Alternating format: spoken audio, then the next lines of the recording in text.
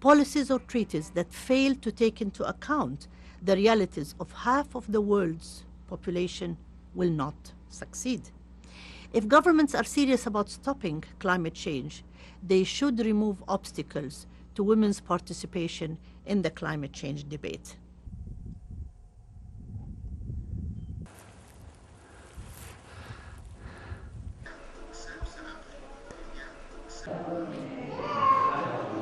Solving climate change is not only about limiting industrial carbon emissions or decreasing the amount of gas a car uses.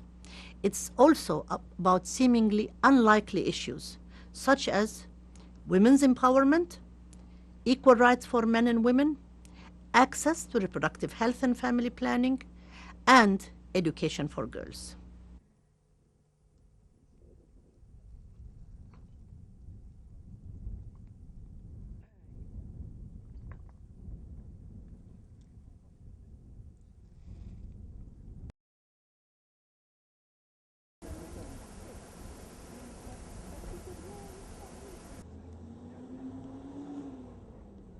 Each region faces its own challenges. In the Andes, for example, tropical glaciers are melting, and that means less water for agriculture and human consumption.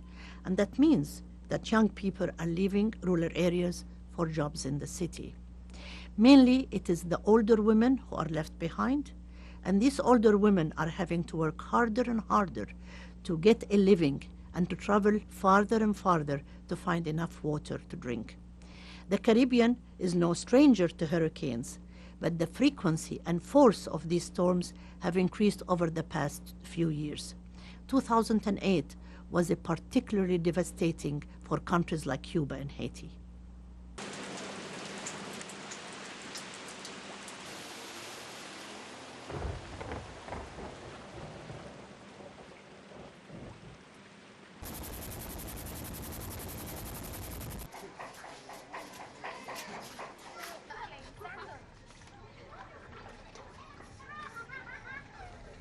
The state of the world population is about facing a changing world, women, population, and climate.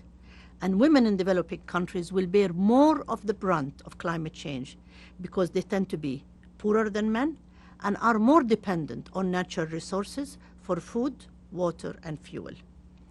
Women grow more of the food and they collect water. Women also gather wood used for cooking and heating. And the social roles also put women at a disadvantage, especially in adapting to climate change.